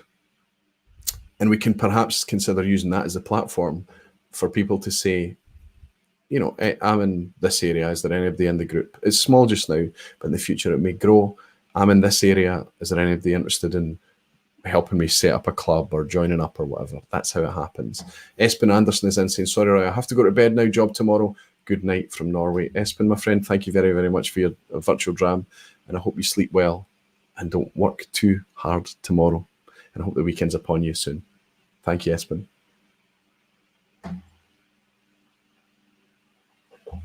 So there we go. Let's click quickly through. I've talked about that, and I've talked about most of that, and that, and I've done that, and I've done that. I've covered most of it. This shelf, I just want to point out quickly, that's almost all of that is gift bottles from the community. Here is what I collected, a mix of gifts and mostly my own bottles here from Texas. And down here is just a small example of some of the bottles that I've collected over the last couple of weeks that I've chased down, honestly. And it doesn't include the Kilkerran that's still on the way towards me. I've still to pick up my Springbank local barley. Doc in Germany is holding 3 or 4 bottles that he's been sourcing for me over the last few weeks as well. I say this and I bring this entire theme to you and the full understanding that despite all the generosity and gifts and the building of whiskey that I've got here, that I'm still suffering from chasing down bottles and whiskey experiences. So I'm fully on board with trying to find more efficient ways to enjoy this whiskey and to share it with as many people as possible. We can't find a rarity in Aquavitae. We need to understand that rarity of a whiskey is no value whatsoever. People keep forgetting that and their intrinsic irrationality. Exactly. As soon as something is limited, as soon as there is an inevitable end of something, it seems to obviously, we always need to remember that there's always going to be wonderful whiskey out there. There's always going to be cracking expressions. And if something is meant for you, you're going to get a chance to try it. It'll come to you eventually. And if it doesn't, you're going to get a bunch of other options and a bunch of other things coming along. Whiskey is endless. The variety of whiskey is endless. It's infinite. Don't get stressed out about an infinite supply of a specific expression. What do we all think about the quiz? Are we up for a quiz tonight? I'm very mindful the quiz in the last live stream, the last vPub 3 weeks ago, was a pretty difficult quiz, right? No 10 out of 10s that week. And I didn't get anybody complaining, but I felt it myself that it was quite tricky. I went through the questions before I went live again tonight. And there's a bit of a mix tonight. I think there are a few easier ones. See how we got on.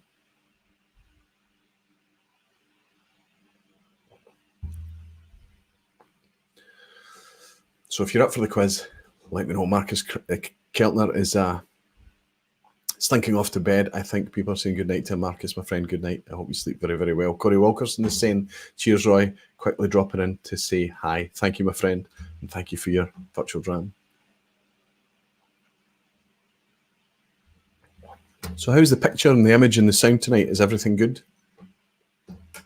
Very happy with this machine. No fans are blowing. If you ask it to do something, as I said earlier, it's just doing it. It's amazing. My patrons are wonderful people. And I don't apologize one iota for all the hugs that they get when we do meet up. I'm very, very appreciative. Okay, let's start this quiz going. Thanks everyone for joining in tonight. The quiz is always an optional thing. It's always parked out at the end of these live streams. It's fully multiple choice. A, B, or C questions, and it's just meant for fun. There are no prizes. You're only playing against yourselves. So yes, good luck, everybody.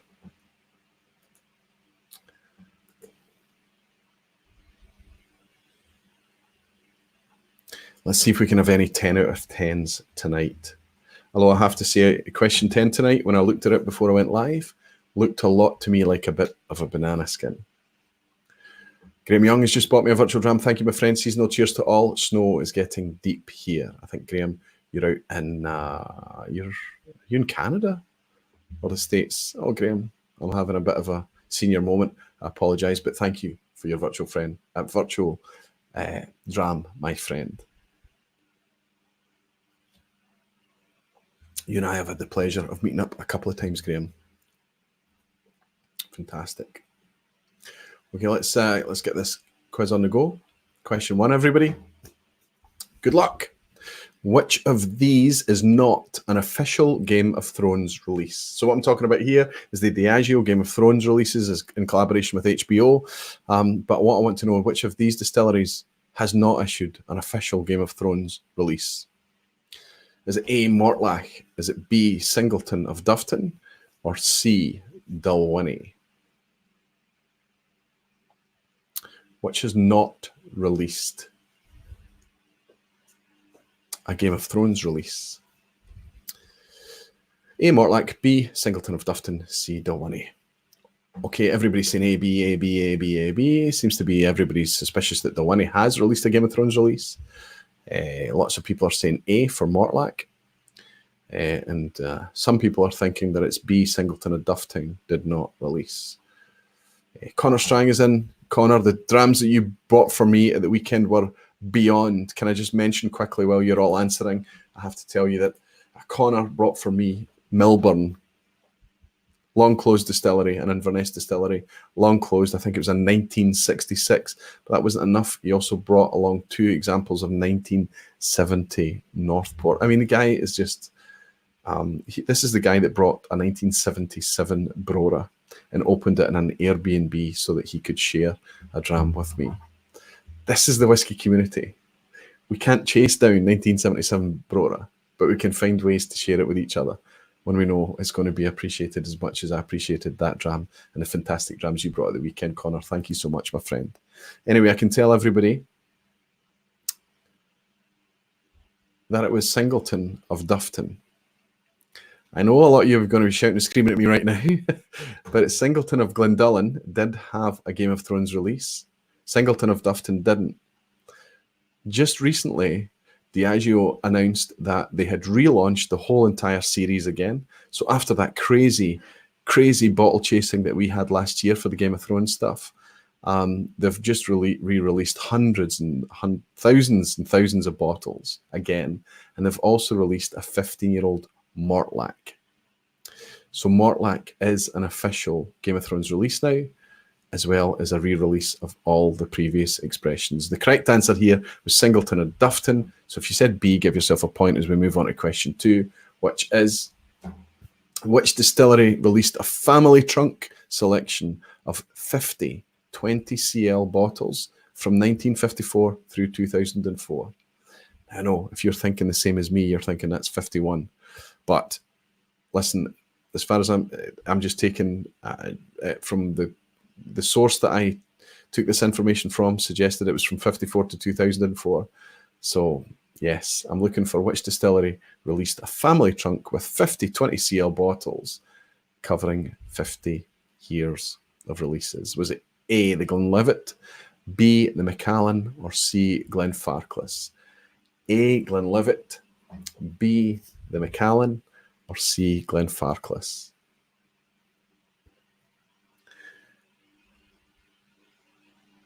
I think I've been kind to you with this one. By the looks of the feed, everybody has got the measure of this question. It's not as tricky as the first one that came along. And yes, I think the vast majority, with very few wrong answers there, are absolutely right. They released a family trunk. Now, the Grant's up there in Speyside, the Glenfarclas. If you're going to have a family trunk, let it be filled with 50 years worth of whiskey. But that's what they did. They celebrated 50 years of the family casks by putting a trunk together with 50 20CR bottles inside. But I think you had to pay about £10,000 for the privilege. So it's not a family trunk. I'll be buying. Question 3. Aberlour's sherry matured cask Anna means, now I'm pronouncing cask Anna, is the way I've been told how to pronounce it, but there's an Irish pronunciation as well that would be completely different from that. I'm not really sure. I've been told that it's cask Anna. I'm quite happy to receive any corrections on that. But what does it actually mean in translation from Scots Gaelic to English? Is it A, celebrated cask, B, sherry cask, or C, rare cask? What does cask Anna mean? A, celebrated cask, B, sherry cask, or C, rare cask? Still 150 of you wonderful barflies in participating in the fun of the quiz right at the end. I appreciate how late it is for everyone, and it's great to have your participation. I love this. I need somebody to make a quiz soon that I can participate in too. I think the majority of you look like you've got this right, although I seem to have thrown a few of you off the scent a wee bit. I can tell you that cask Anna in Scots Gaelic actually means rare cask in English. So for question 3, if you answered C, give yourself a point. As we move into question 4. Which of these historical characters is famously associated with Laphroaig? I'm going to give you 3 whiskey characters, and you have to tell me which of them is famously associated with Laphroaig.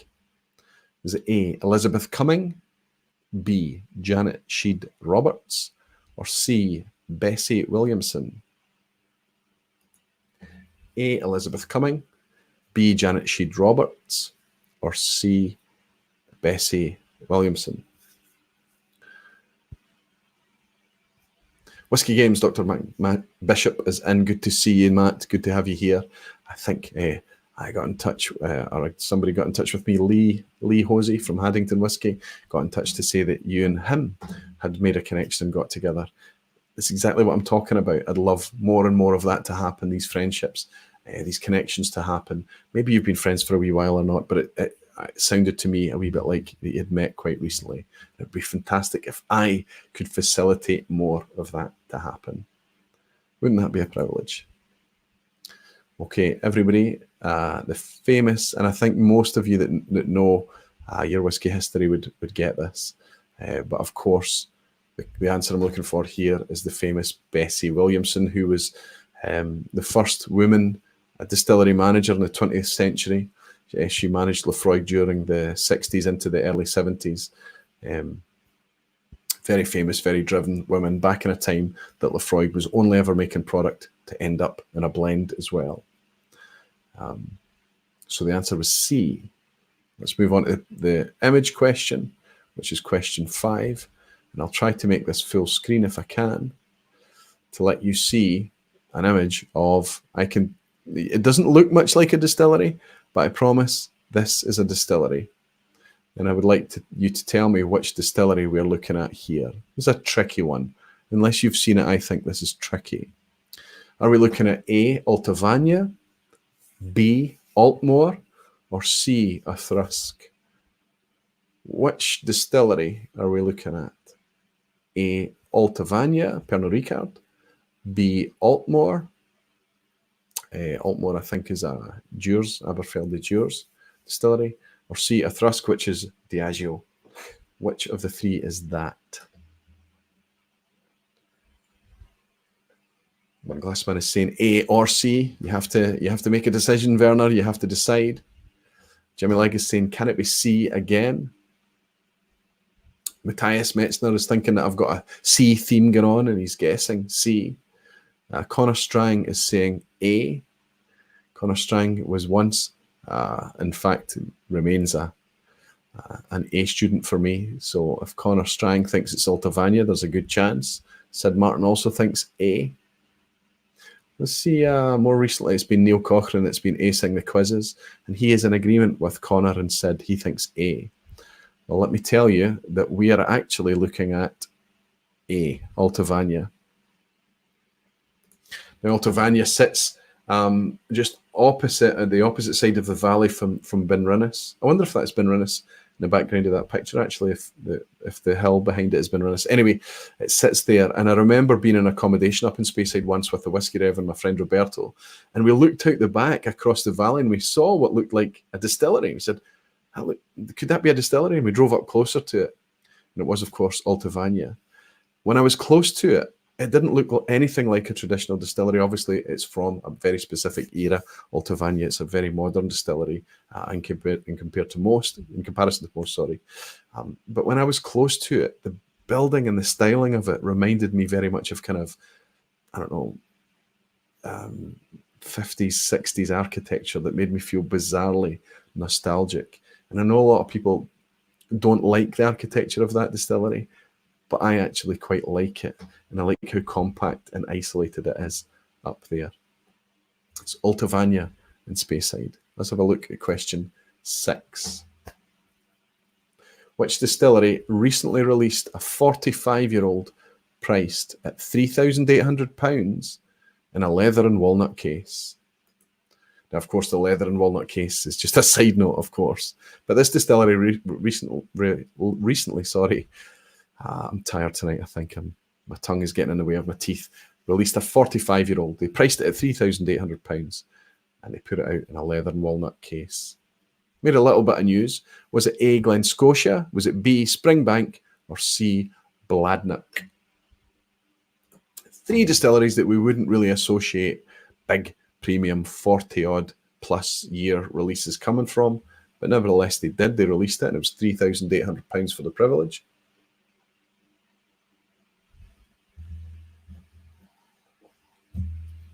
But you did get it in a nice leather and walnut case. I'm not suggesting that this is a bottle that we should chase, but it's curious. And after I tell you where it's from, I'm going to tell you why I think it's curious.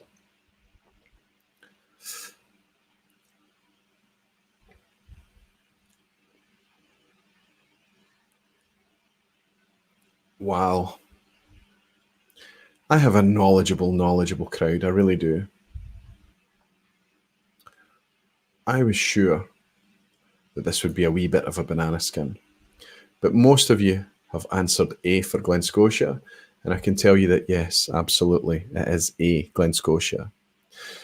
What I think is interesting about this release is that, I think it's expensive. Let's just sweep that out of the way quickly. This is an expensive release. It's not on any of our radar. It's a 45-year-old product, but it's a 45-year-old product that was filled in 1973 into ex-bourbon. So back in 1973, that would have been very, very early in bourbon casks coming into the country. To have something of that age, 45 years old, that's only been an ex-bourbon is rare. But that's also been put together by a gentleman called Michael Henry, who is a real gentleman, a really, really nice guy. But if he's put that out there, I can't afford it. I can't get close to it. But that's something I would like to try. Something that's been that long in ex-bourbon. Now, he did finish it in a first fill, or let's say much more active bourbon casks in its more recent times. But that whiskey has been a long time in quiet bourbon casks, which if anybody's been listening to me for long enough will know it's up there. It's my nirvana of whiskies. And that would be a curious release for me. But unfortunately, £3,800 a bottle, it's not going to I'm not going to get close to that. It's not one I will be chasing down. Let's move in to question 7 and ask, Pemberton Distillery is located where? Nice straightforward one. Pemberton is either in A, Canada, B, England, or C, Australia. Whisky Jason, thank you so much for helping me out. It gives me a lot of clarity here when I've got that nice break along the screen and I can focus my eyes on the right area. Where is Pemberton Distillery? Fat Trumpet is saying, uh-oh. John Paul Vanderhoven thinks C. Ander Garcia thinks A. The One Glassman Werner thinks C. Oh, lots of you think it's C in Australia. Pemberton Distillery seem to think it's in Australia. Jimmy Legg thinks A. Pete Head as well. Pete Head is so glad to see you in tonight. I think you're the guy that sent me that fabulous and gorgeous wooden Glencairn. Thank you so much. Connor Strang thinks A. Per Christensen thinks A. Evo Janssen, that looks like a new name. Evo, nice to welcome you in. He also thinks A. Well, I can tell you that Pemberton Distillery, now I've never engaged with this in any way. I don't know anything about Pemberton Distillery other than the fact that it's in Canada. It's in British Columbia in Canada. They started off making vodka from potatoes, but more recently they've started to make a lot of organic, well, I say a lot, but they've started to release various expressions of organic single malt whiskey. But Pemberton is a Canadian distillery. Pemberton. It's difficult to keep up with the amount of craft distilleries that are out there. When I do happen upon them, I'm always trying to look for the thing that kind of makes them unique, or what they're suggesting makes them unique from their neighbours or from other distilleries elsewhere. Because when there's so many distilleries coming out, that's going to be the interesting thing, how they bring differentiators, how they bring variety, how they bring engagement to us. Quality is a minimum requirement. Character and differentiation and variation are nice embellishments, right? So if you answered A for Canada, give yourself a point as we move into question 8. And ask, Dr. Kirsty McCallum. I've not met Kirsty yet, and they say never meet your heroes. I'm worried about the day that I meet Kirsty McCallum. Dr. Kirsty McCallum recently departed Distell for which distillery? So she left after making fantastic products, or being part of the team, let's say, sorry, I should say, being part of the team along with Julianne Fernandez and various other people there at Distell, making fantastic products from Deanston, from Tobermory and Lechick, and from Bunnahabhain.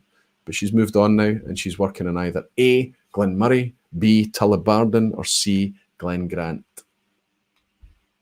A, Glenmurray, B, Tullibardine, or C, Glengrant.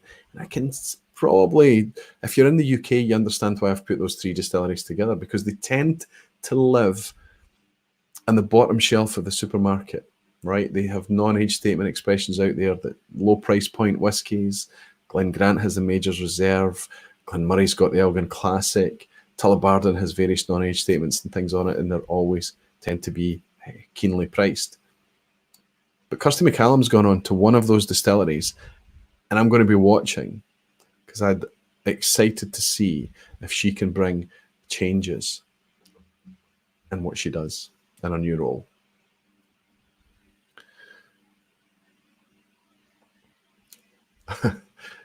Luca Amitrano is saying that he meant A, so I guess that overwhelmingly the answers are A, and he's changing his mind. Well done, Luca. You're keeping your own score, my friend, so give yourself a point if you want, because I can tell you that absolutely Kirsty McCallum has indeed moved on to A. She is now at Glenmurray Distillery, and I wish her all the very best up there. I think Glenmurray were already bringing some interesting and engaging products, not all the time, but I wish her the very best, and I hope it works out for her there. Question 9. Here's an interesting one. Officer's choice is what? Straightforward. What is officer's choice? Is it A, the world's best-selling whiskey? Is it B, a lost Scotch blend? Or is it C, rum? Come on, barflies, tell me what indeed is officer's choice.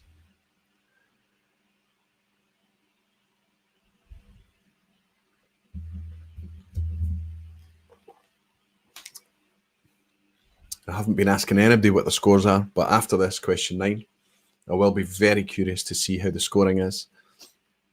Eric Waite says it sounds like the name of a racehorse. Unfortunately, it's not one of the options, Eric, so you have to go with one of the ones that's left. I can understand what you're saying. Greg's Whiskey Guide saying he's afraid that it is A. Malcolm Douglas is saying C. In fact, Trumpet is saying going with B because I'm no sheep. Okay. Michael Hodeker is saying it's an Indian whiskey. Chris Banks Wildlife is saying A. Paul van der Hoven is saying A. Okay, I can tell you that indeed Officer's Choice is indeed the world's best selling whiskey by a huge margin. I think it's probably at least double, maybe a bit more than that, sells more than the biggest selling Scotch whiskey, and I'm talking about blends or whatever. But of course, Indian whiskey doesn't have to be produced under the same legislation and standards, so it tends to be made from things like molasses and things like that. Very different drink, very different tasting profile, very much something that you would sell to go along as a base for a mixer to give a whiskey-esque flavour rather than something that you drink neat, I'm guessing. I've never tried Officer's Choice. I would be keen to, but I wouldn't. I have a feeling I wouldn't savour having a full bottle. Donald Rance is on 9 out of 9. Donald, that's amazing. Evo is on 8 out of 9. That's amazing. Whiskey Freedom has been very modest in saying that he's on 10 out of 9. Good for you, Fraser. Whiskey Radar is also on 9 out of 9. Wow, what a quiz tonight. It's a bit easier. Christina Zerpoli is saying 8 out of 9. What alternate dimension is she in? Can I stay here? Christina, fantastic stuff. Superb. You've already, I guess, done better than you normally do. Maybe heading for your record score. Per is on 8 out of 9. Greg's Whiskey Guide, 7 out of 9. 9 out of 9 for Sid Martin and Alistair Gray. Neil Cochrane has slipped a bit. He's on 7 out of 9. Graham Young is also on 9 out of 9. Fantastic. Any more 9 out of 9s? Jules, GUK, superb. Jules, fantastic. 9 out of 9. Whiskey Jason on 8 out of 9 as well. Fantastic. Wee bit easier tonight. I think the last question is going to be a wee bit of a banana skin. I'll give you the warning. Maybe not. You're knowledgeable folk. But I have the feeling this is one of those ones. If you know it, you know it. But it's unlike. I think this is a guess one. All the guys on 9 out of 9, I wish you the very, very best. If you don't manage to get 10 out of 10 tonight because of this question, I apologise. Please don't hold it against me. Good luck. I'm asking you. Which single malt has been the fastest growth? Has seen the... I should have written seen. The fastest growth in the duty-free segment. Which of these three has seen huge growth in duty-free? Is it A, the Devon, B, Aberfeldy, or C, Loch Lomond? Now, it may be that they've all seen huge growth. It might be that two of them have seen huge growth. But which has recently had comments and articles written about their success and their growth in the duty-free segment? I've got a theory about this, that these producers that are growing very well in the duty-free segment are doing a very good job of presenting a nice luxury presentation at a soft ABV, making it accessible to a much, much wider market. Making a nice, soft, rich and sweet whiskey, if that helps you in any way. Perhaps making the price a wee bit affordable as well. But this distillery has done amazing things in duty-free. In my opinion, not so amazingly outside of duty-free. It's not to say that the whiskey is bad. In fact, I happen to know it's fantastic. The official bottlings I've not connected with. That gives you a huge clue. Question 10. Christina Zerpoli is saying B for banana skin. So that would be Aberfeldy, Christina. Jens Roger Christofferson thinks A. Ben Marnock is saying A for Devon. There is a lot of it there. Ben, good to see you in, my friend. I was looking out for you tonight. Missed you in Glasgow this weekend. Maybe, Ronnie, we can see you the next time we have a gathering and get together. Well, I can put you out your misery, and I can tell you that the fastest growth in the duty-free segment has been enjoyed by Aberfeldy Dewars. Aberfeldy. And as I say, I think the reason for this is that mix of nice, sweet, easily accessible, pretty much everything that I've happened across has been 40% ABV. So very accessible, not too expensive. Okay, the older age statements get a bit pricey, whereas Loch Lomond are putting their stuff out there at a higher ABV. They're preaching more to our palates, the enthusiasts' palates. And as Ben pointed out, the Devon is very successful at duty free because it's quite a low price point, especially for mature stuff. The Devon is Macduff Distillery, by the way. But the real success in duty free has apparently, as I discovered this week, been Aberfeldy. So good luck to them. But I don't think they're presenting a lot of their product for us, naturally. So I'm going to finish the Chasing Bottles show tonight by opening something really nice before I say goodbye to you all. I've got 5 minutes before I hit the 2-hour mark. I'm going to spend these 5 minutes just to say thank you very, very much for all the wonderful experience I've had over the last few weeks, all the wonderful gifts and samples that you've bestowed on me, all the wonderful opportunities that I've had to shake your hands and meet you in the flesh. It's been amazing. But I'm going to open something nice. So it's either going to be the Kilkerran Heavily Peated, the Nick Offerman Lagavulin, it's going to be the Bonaccord Kalila, it's maybe going to be, what's this hiding here? Deanston Palo Cortado. I think I've opened that on a live before, I'm not sure. Let's go with this, because I'd like to share samples of this as well. So we could probably do that quickly.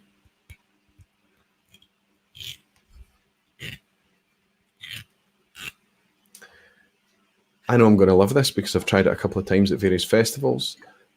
There is quite a bit of it out there. I hope that there's enough of it out there for you guys to get your hands on it, because it's cracking whiskey. 60.9% as well. It's got a clean glass, even though this is powerful enough to overpower the majority of what's been in the glass before. This is Kilkerran Heavily Peated. This is a brand new 2019 release. And it's completely different from the last release, I have to say, and very, very wonderful.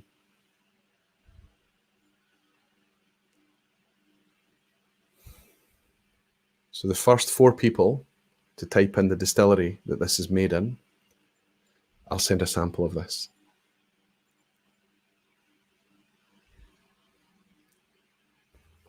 My pen is at the ready. Tell me what distillery this is made in. Completely different from everything else I've had tonight. Oh, wow. That went past. That appeared quite quickly. So I've got a Whiskey Bond. I think you're close to me, a Whiskey Bond. I get the impression that you live not too far away. Let me know where you are. Send your address into whiskey@aquavitae.com. And then we've got Connor Strang. Connor, if you want this, I'm happy to send it to you. I'd be quite surprised. I think you might have tried this already. Stewie Baby. Oh, Springbank. No, I was looking for Glengyle. Whiskey Novice. No problem, Jim. Got a sample coming across to you, my friend. And my friend Thomas McCrory. I'm going to take a screenshot so that everybody that wants to see can see that that's exactly the 4 people that appeared. So everything's above board. And that's 8 samples that I've got to send out this week. No problem. So there's no doubt that I've forgotten to talk about lots of things. If I've forgotten you, if I've forgotten something that we enjoyed over the last few weeks, I apologise. It's been kind of hectic. There's hectic times ahead as well. I'm really excited and looking forward to meeting everybody out in Frankfurt in the coming next couple of weeks. I hope we can get a chance to meet if you're going to be in Frankfurt. And I would very much like to bring a live stream a week during December. The same as last year. I very much enjoyed that last year. In the meantime, if you're looking for the t-shirts and the coins and things, you know how to get in touch with me. Per has just dropped in a very generous virtual dram right at the end. Per, thank you very, very much, my friend. Slachivat to you. And remember that my words about sharing whiskey are sincere. If there's a way I can help you share whiskey, if there's a way I can help you reach out and connect with the people that are close to you in order to form little mini societies, trading groups, clubs, events, meetups, whatever it may be, let me know. I'd be happy to publicize it here in the vPub and throughout other social media streams if I can help at all as well. I would like to thank you all so much for your continued support, for making my whiskey life a wonderful, wonderful whiskey life. And I'm very much looking forward to joining you again in the next vPub in 2 weeks' time after my trip to Frankfurt to see more magnificent barflies out there in Germany. anybody can join the London Whisky Club. You can get in touch with Jez Batty. I've not seen him in tonight, but he's more than likely here. Follow their model on how they're sharing whisky. I think it's fantastic. I'll raise this glass and I'll say Slancheva to everyone. Thank you for joining again. You're wonderful barflies. Thank you all for your support. And I'll see you in 2 weeks' time. Slancha.